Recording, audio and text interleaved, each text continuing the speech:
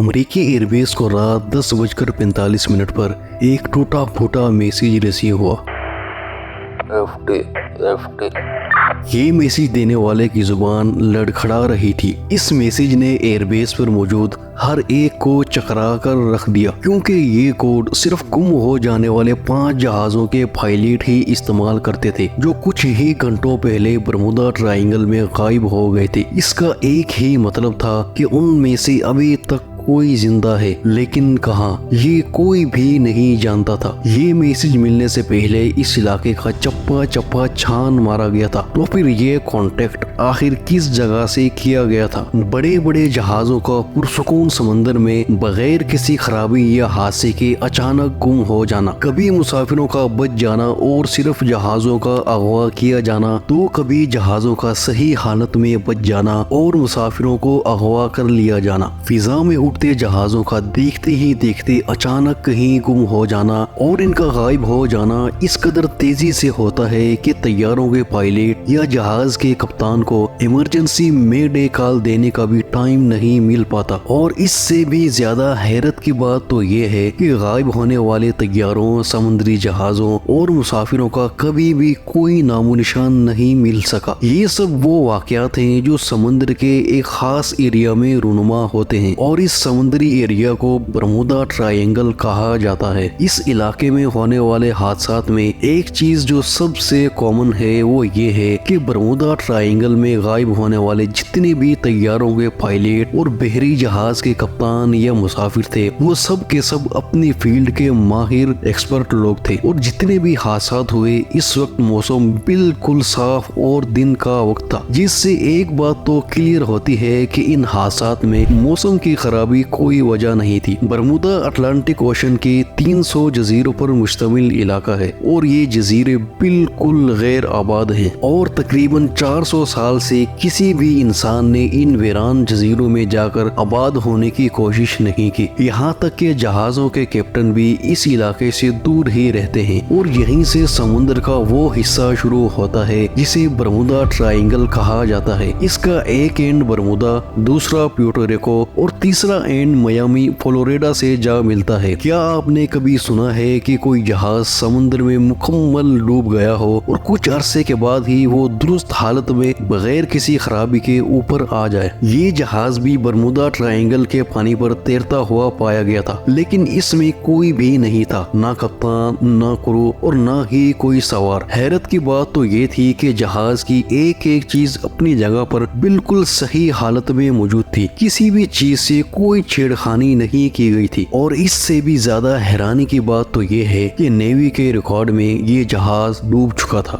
اس کو ڈوبتے ہوئے اٹلی کی ایک کشتی کے سواروں نے خود اپنی آنکھوں سے دیکھا تھا۔ آپ بھی اپنی آنکھوں سے اسی طرح کی ویڈیوز دیکھتے رہیں، اس کے لیے ضروری ہے کہ آپ اس چینل کو ضرور سبسکرائب کر لیں۔ 1492 میں کولمبس بحر اوقیانوس یعنی اٹلانٹک اوشن میں سفر کر رہا تھا کہ اسے سمندر میں غیر معمولی ہلچل کا احساس ہوا۔ پہلے تو اسے لگا کہ شاید کمپس نے کام کرنا چھوڑ دیا ہے۔ اس کے بعد اس نے آسمان سے ایک آگ کا گولا سمندر میں گرتے ہوئے دیکھا۔ کولمبس نے وہاں سے واپس جانا ہی مناسب سمجھا۔ واپس آ کر کولمبس نے اس پر ایک کتاب بھی لکھی، لیکن لوگوں نے اس کی بات پر غور نہیں کیا اور اسے پاگل کہنے لگے۔ امریکہ کے 14 جنگی ہوائی جہازوں نے اسی جگہ کے اوپر سے اڑان بھری، لیکن برمودا ٹرائنگل کے قریب آتے ہی ان جہازوں کے کمپس نے کام کرنا چھوڑ دیا۔ اس گروپ کے لیڈر لیفٹیننٹ چارلس نے مدد کے لیے فوری طور پر کنٹرول ٹاور سے رابطہ کیا اور کہا کہ ہمیں نہیں معلوم کہ ہم کہاں جا رہے ہیں۔ سمندر کا رنگ بھی سبز پڑ چکا ہے اور یہ سمندر کون سا ہے ہم نہیں جانتے۔ اس کے بعد رابطہ ڈسکنیکٹ ہو گیا۔ ان کی مدد کے لیے ایک اور ہوائی جہاز بھیجا گیا جس میں 13 لوگ سوار تھے، لیکن اڑان بھرنے کے 27 منٹ بعد یہ جہاز بھی غائب ہو گیا۔ یہاں موت کا ایسا کھیل شروع ہوا جو رکنے کا نام نہیں لے رہا۔ اس جگہ نے امریکہ